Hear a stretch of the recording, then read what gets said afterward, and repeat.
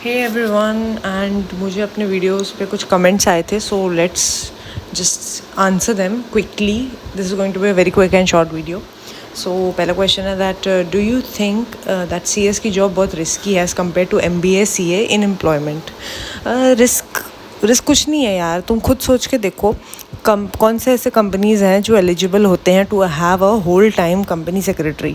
उनका कुछ paid up share capital एक लिमिट से अबव अगर चला गया है, या वो लिस्टेड है, या वो बेसिकली अगर स्मॉल कंपनी से उठ गया है ऊपर, तो फिर ऐसे कितने ही लैक्स ऑफ कंपनीज ऑलरेडी हैं इंडिया में, और उनकी सब्सिडरीज़ हैं, उनकी फॉरेन कंपनीज़ हैं, कितने सारे हैं. जो सिर्फ कॉर्पोरेट स्ट्रक्चर की मैं बात कर रही हूँ. और लिस्टेड कंपनी तो ऐसी होती हैं जिनको होल टाइम सी एस तो एक होता ही है, लेकिन अभी मैं जिस कंपनी में हूँ उसकी एसोसिएट एक लिस्टेड कंपनी है.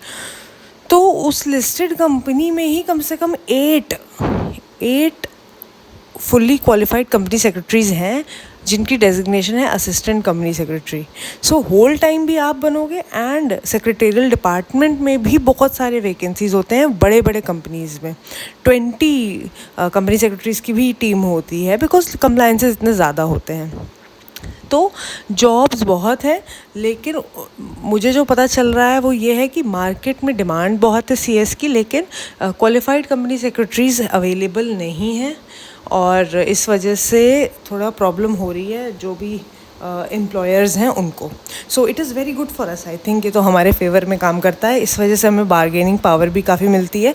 तो हम अपने इंटरव्यूज़ में भी सैलरी डिमांड कर सकते हैं based on our experience, skills, knowledge. Obviously justified होना चाहिए कि आप जितना मांग रहे हो उसका कुछ सेंस बनना चाहिए. सामने वाले को ये नहीं लगना चाहिए कि ये तो फालतू कुछ भी मांग रहा है, इसको तो कुछ आता भी नहीं है. So I will not say it is risky, but C S and C A को कंपेयर बहुत ज़्यादा करते हैं लोग. सी ए की हर जगह रिक्वायरमेंट रहती है. हर कंपनी, हर ऑर्गेनाइजेशन, कोई भी स्ट्रक्चर ऑर्गेनाइजेशन का, उसमें फाइनेंस से रिलेटेड तो होता ही है काम. बिकॉज बिजनेस का मतलब ही ये है कि आप पैसों से डील कर रहे हो. तो अगर आप पैसों से डील कर रहे हो, you will have a finance team, finance department. तो उसमें सेमी क्वालिफाइड सी ए या सी ए हो तो आपको लेंगे ही ऑब्वियसली. और एम बी एज़ की अगर मैं बात करूँ, तो एम बी ए यार लिटरली प्राइवेट, गवर्नमेंट रिकग्नाइज जो भी इंस्टीट्यूशंस हैं, कितने सारे इंस्टीट्यूशंस हैं, और हर साल कितने एम बी ए बन रहे हैं. Just like your L L B हो गया, जस्ट लाइक एडवोकेट्स कितने ज़्यादा आ रहे हैं, इंजीनियर्स कितने ज़्यादा आ रहे हैं, बट मतलब उनकी क्वालिटी नहीं है. लेकिन वो जस्ट बिकॉज वो आपको फ़ीस दे के 2 साल के बाद पता है डिग्री मिल जाएगी. 20 लाख की फ़ीस दो, 2 साल के बाद आपको MBA की डिग्री मिलनी ही मिलनी है. वही 5 साल के बाद आपको LLB का वो मिलेगा ही, फ़ीस देनी है. लेकिन हमारा जो प्रोफेशन है कंपनी सेक्रेटरी का, कोई गारंटी नहीं है कि हमको हमारी डिग्री मिलेगी ही. जस्ट बिकॉज ऑफ फ़ीस हम कुछ देते नहीं हैं. हम सिर्फ एग्ज़ाम की फ़ीस देते हैं 1200 या जो भी है, हमसे वो फ़ीस देते हैं. एंड डिपेंड करता है हमारी तैयारी कितनी है, हमारी प्रिपरेशन कितनी है.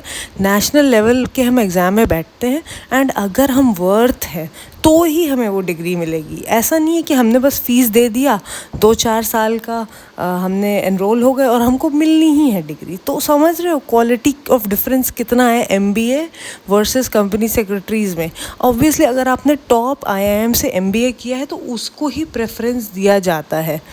टॉप बिजनेस स्कूल्स जो हैं उनको ही प्रेफरेंस देंगे कंपेयर टू जो भी और प्राइवेट इंस्टीट्यूशंस हैं. हो सकता है आपको छोटे मोटे वहाँ पे जॉब्स मिल जाएं, लेकिन अगर 2 MBAs को कंपेयर करें तो कोई भी जो एम्प्लॉयर हायर करेगा तो वो अच्छे वाले बिजनेस स्कूल जो रेनाउंड है उन्हीं से चूज़ करना चाहेगा. तो हमारा प्रोफेशन इसलिए बहुत आउटस्टैंडिंग मुझे लगता है, बिकॉज यहाँ पे क्वालिटी ऑफ कैंडिडेट बहुत हाई है, एंड बहुत ज़्यादा ही प्लेंटी ऑफ प्रोडक्शन नहीं हो रहा है. प्लेंटी ऑफ कंपनी सेक्रेटरीज हर साल मैन्युफैक्चर नहीं हो रहे हैं. बिकॉज अभी मैंने वही बताया कि ऐसा नहीं है फ़ीस दी और आपको मिल गई डिग्री, ऐसा कुछ नहीं है. आपको मेहनत करनी है तभी मिलेगी डिग्री. ठीक है, नेक्स्ट है बिकॉज हमारी मेंबरशिप नंबर यूज़ होती है, एंड CA एम्प्लॉयमेंट की मेंबरशिप नंबर यूज़ नहीं होती, और MBA की कोई मेंबरशिप ही नहीं. अच्छा, मेंबरशिप नंबर के बारे में जो बात कर रहे हो, तो हमारी भी कंपनी में जो चीफ फाइनेंशियल ऑफिसर हैं CFO, उनका मेंबरशिप नंबर नहीं यूज़ होता है, करेक्ट.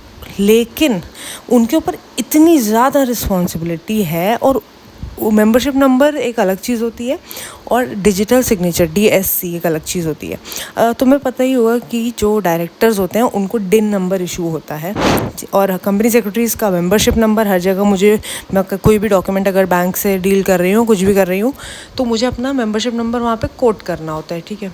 लेकिन जो चार्टर्ड अकाउंटेंट्स हैं, जो हम लोग के जैसे CFO हैं, उनको ऐसा अपना मेंबरशिप नंबर कहीं नहीं कोट करना होता, ना ही उनके पास डिन है।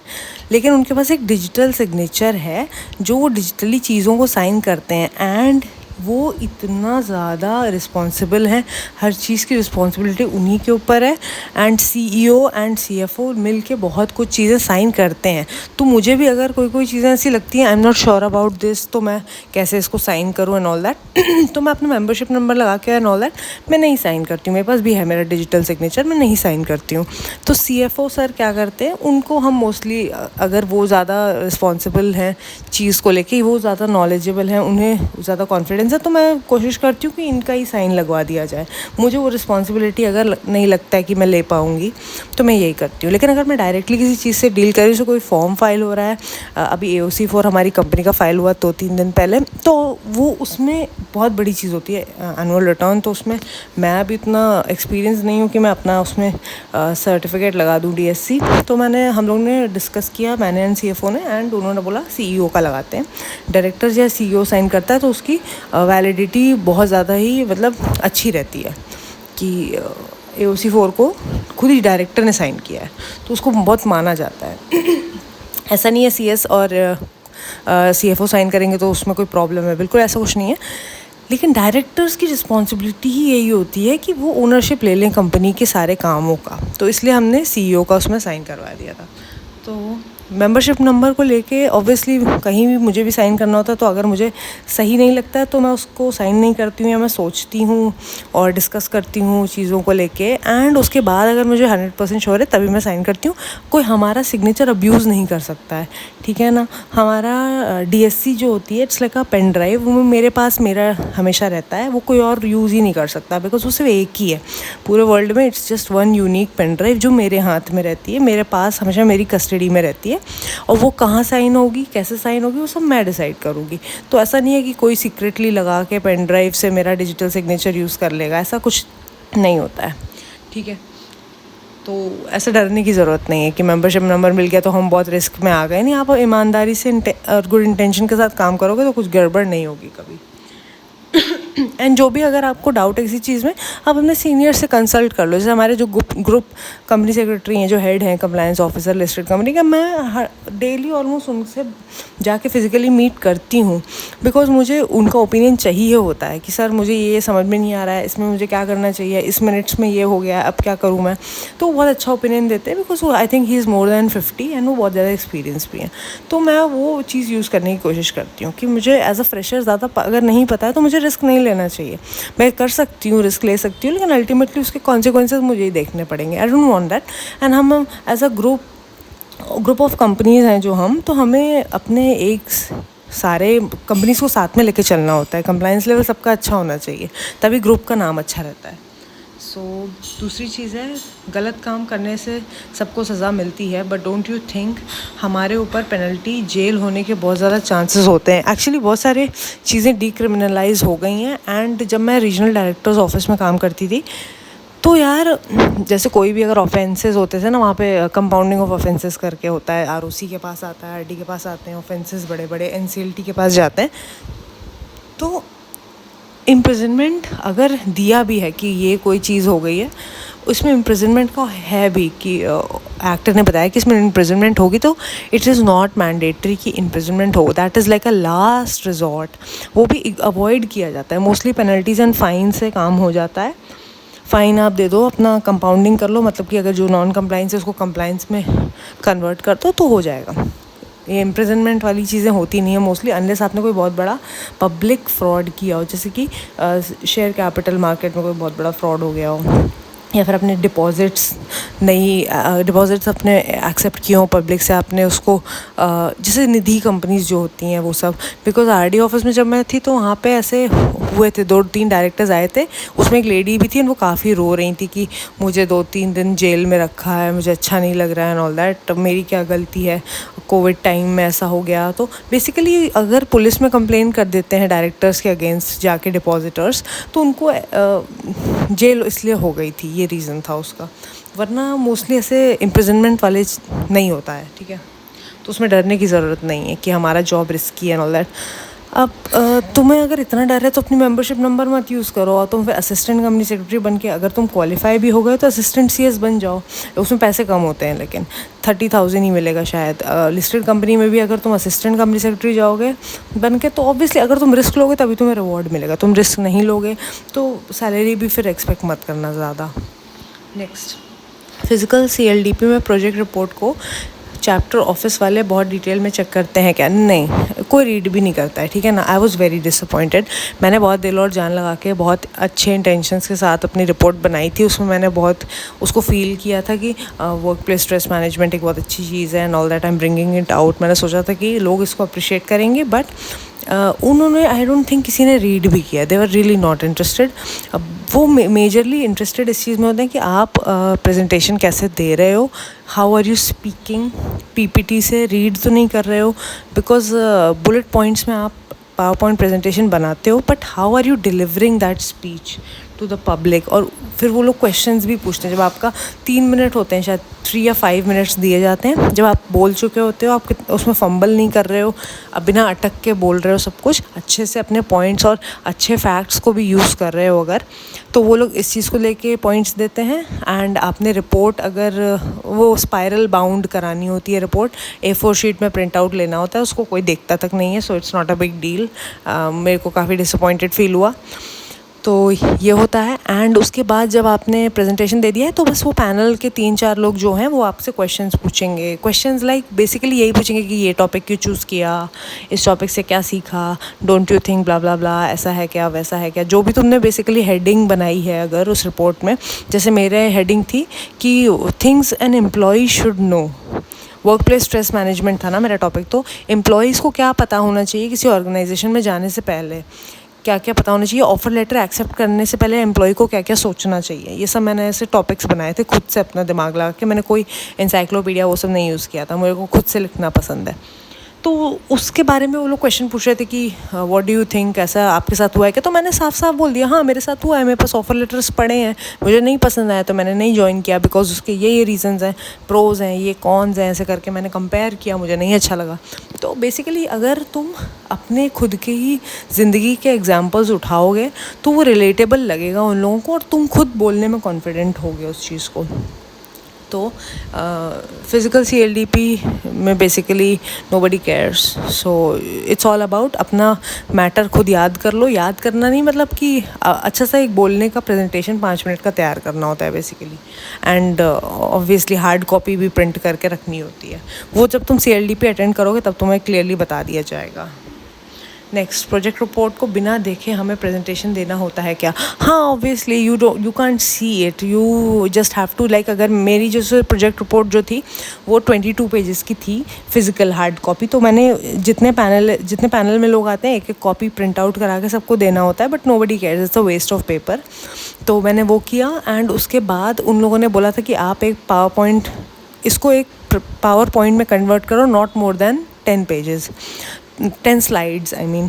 तो मैंने उसको 10 स्लाइड्स में समराइज़ करने की कोशिश करी, लाइक एक हेडिंग है, फिर एक और हेडिंग, जस्ट हेडिंग। तो बेसिकली हेडिंग जो है वो हम देख सकते हैं पावर पॉइंट प्रेजेंटेशन में, लेकिन अब उसके अंदर क्या है, वो अंदर के मैटर हम वहाँ नहीं टाइप कर सकते हैं, तो आपको वहाँ से खुद से बना के बोलना होगा या अपनी ही रिपोर्ट को अच्छे से याद मेमोराइज़ करने की कोशिश करो, तो वैसे बोलना होता है। But you can take your copy of your report, no problem, but ऐसा नहीं लगना चाहिए that you are reading from it. कहीं से रीड कर रहे हो ऐसा अगर लगा तो वो मार्क्स कम देते हैं फिर, बट कितने भी मार्क्स मिले नोबडी रियली केयर्स, सब पास हो जाते हैं बिकॉज आपने 15-20 हज़ार रुपये दिए होते हैं CLDP करने के लिए, सो पास तो वो करेंगे ही सबको, तो नोबडी रियली केयर्स। मैंने बिकॉज देखे थे बहुत लोग ऐसे थे जो इतने गंदा प्रेजेंटेशन दिया, उनके आवाज़ में जान नहीं, बोल नहीं पा रहे हैं ठीक से, स्टैमर कर रहे हैं, इंग्लिश नहीं आ रही है उनको बोलने में, इट इज़ टोटली फाइन। और उन्होंने रिपोर्ट भी कॉपी पेस्ट करी हुई थी गूगल से. That is also totally fine because everybody gets passed, nobody really cares. और इसमें फिर ये होता है एंड में कि जो बेस्ट स्पीकर होता है उसको एक वो मिलता है गिफ्ट, उसके अंदर मग होता है, बेसिकली यही होता है. तो अभी ये वोटिंग कैसे कराया जाता है कि कौन बेस्ट स्पीकर है, ये पैनलिस्ट भी नहीं डिसाइड करते. सोचो हम ही लोगों को सीक्रेट वोटिंग करनी होती है. हम लोगों को कोई तो गूगल फॉर्म दिया जाता है like who was the best speaker, तो हम लोग अपना अपना चूज़ करते हैं. तो इतना ज़्यादा वहाँ पे पॉलिटिक्स था. I was really disappointed. तो मैं ये CLDP का वीडियो बनाऊँगी ना तो मैं उसमें बताऊँगी कि मेरे साथ क्या पॉलिटिक्स हुई, because I was extremely disappointed वहाँ पे जो भी हुआ. सो बस यही होता है. एंड एक मग मिलता है बकवास सा. सो आई थॉट कि मेरे सारे एफर्ट्स वहाँ पे जाके वेस्ट हो गए, बिकॉज़ वहाँ पे किसी को कद्र नहीं है किसी चीज़ की. दे आर लाइक कि अरे यार फॉर्मेलिटी है, ख़त्म करो बस, यही रहता है उनका इंटेंशन. नेक्स्ट, प्रोजेक्ट रिपोर्ट में कितनी देर के लिए प्रेजेंटेशन देना होता है? 5 मिनट के लिए होता है बस. एंड वो बज़र बजाते रहते हैं. जैसे अगर 30 सेकेंड्स बचे हैं तो एक बज़र बजेगा, 1 मिनट बचा है तो एक बज़र बजेगा, एंड आपका टाइम अप हो गया तो 2 बज़र बजेंगे. एंड अगर आप 5 मिनट के बाद भी बोल रहे हो तो फिर आपको शायद डिस्क्वालीफाई कर देंगे या फिर मार्क्स आपके काट लेते हैं, समथिंग ऐसा होता है. फिजिकल CLDP में प्रोजेक्ट रिपोर्ट से रिलेटेड वाइवा भी होता है कि? हाँ, ऑब्वियसली वाइवा का वही मतलब है कि तुमने प्रेजेंटेशन दे दिया, तुमने अपनी बातें बता दी, उसके बाद जो पैनलिस्ट बैठे हैं 3 लोग जो होते हैं वो लोग बस वही सवाल करते हैं कि ये टॉपिक क्यों चूज़ किया, क्या इंस्पिरेशन है, अपने ट्रेनिंग कर ली क्या, ट्रेनिंग में क्या सीखा, एंड इसका क्या रेलेवेंस है एंड ऑल दैट. और तुम्हारी प्रोजेक्ट रिपोर्ट का ही कोई भी हेडिंग उठा के पूछ लेंगे बस. एंड एक काम करना, मैंने जो किया, देखो 2 टाइप के ऑप्शंस होते हैं प्रोजेक्ट रिपोर्ट चूज़ करने के. एक होता है जनरल टॉपिक, एक होता है लॉ स्पेसिफिक टॉपिक. ठीक है, तो अगर तुमने लॉ स्पेसिफिक टॉपिक लिया जैसे सेबी SAST रेगुलेशन, तो मतलब वो लोग बहुत क्वेश्चन पूछेंगे related to technicalities of SAST, है ना. और तुम्हें उसका आंसर भी करेक्टली पता होना चाहिए कि ये लिमिट है तो ये लिमिट है इसकी. फिर उसमें तुम गलत और सही हो जाएगा फिर, वरना अगर तुम्हें सही से लिमिट नहीं पता तो इनको पता चल जाएगा अरे तुमको तो आंसर ही नहीं आता है इसका. तो मैंने क्या किया, मैंने ऐसा स्पेसिफिक कंपनीज एक्ट का या LODR का कोई स्पेसिफिक पॉइंट उठाया ही नहीं कि ये मेरा टॉपिक है, बिकॉज उसमें जैसे और भी सेक्शंस थे CSR और ये सब, इनको भी हम इंडिपेंडेंट डायरेक्टर, इनको भी हम ले सकते थे as a topic of CLDP report. लेकिन मैंने एक जनरल टॉपिक चूज़ किया जिसका कोई स्पेसिफिक आंसर ही नहीं है. It's like a psychology, human psychology, जो मैंने चूज़ किया था कि वर्क प्लेस स्ट्रेस मैनेजमेंट. तो इसका कुछ भी आंसर हो सकता है. It is subjective, her person का अलग पॉइंट ऑफ व्यू हो सकता है. तो आपको मुझसे एग्री नहीं करोगे, मैं आपसे एग्री नहीं करूँगी. तो पैनलिस्ट और मेरे साथ यही हुआ. वो लोग जो भी क्वेश्चन पूछ रहे थे, मैं जो आंसर दे रही थी मुझे वो सही लग रहा था. इसका कोई सही आंसर नहीं है इस क्वेश्चन का कि एक एम्प्लॉय को अपने एनवायरनमेंट कैसा होना चाहिए ऑफिस में. तो हर एम्प्लॉय के लिए एक अलग चीज़ हो सकती है. किसी एम्प्लॉय को लगेगा कि मुझे ग्रीनरी होनी चाहिए ऑफिस में, किसी को लगेगा कि फ्री फूड होना चाहिए ऑफिस में, किसी को लगेगा कि alternate days work from home होना चाहिए. तो ये सबके लिए अलग अलग होता है. तो इसलिए उसमें वो लोग मार्क्स काट ही नहीं सकते. इसलिए जनरल टॉपिक लेना काफ़ी सही रहता है. एंड वाइवा में क्वेश्चन और आंसर देने, व्हाट इज़ दिस, 1 सेकेंड, हाँ, ज़रूरी होते हैं क्या? ऑब्वियसली यार, मार्क्स मिलते हैं, बट अगेन पास तो सभी को कर देते हैं, तो इसका कोई प्रेशर लेने की ज़रूरत नहीं है. It is not very strict. So it's like a discussion only, that's it. And formal कपड़े पहन के आने होते हैं, लाइक अ शर्ट पैंट, या फिर आप एथनिक वेयर भी पहन सकते हो. It should look decent. तो मैं तो शर्ट पैंट ही पहन के गई थी. Yeah, that's it. So I think that was quite a helpful video. And CLDP के लिए तुम लोग बहुत ज़्यादा क्वेश्चन पूछ रहे हो. ठीक है यार, मैं ट्राई करूँगी सेपरेट वीडियो बनाने का, बिकॉज उसके लिए आई थिंक मुझे स्टार्टिंग से शुरू करना पड़ेगा कि कैसे कैसे प्रोजेक्ट्स होते हैं, CLDP के क्या ऑप्शंस होते हैं, एंड Day 1 से लेकर Day 15 तक हर 2 सेशन होते हैं हर दिन, उसमें क्या क्या होता है एंड ऑल दैट, वो सब डिस्कस करने के लिए आई थिंक मेरे को एक सेपरेट बड़ा वीडियो बनाना पड़ेगा. एंड उसके लिए टाइम होगा तो मैं ज़रूर करूँगी. अभी के लिए I think this was sufficient. Thank you so much guys.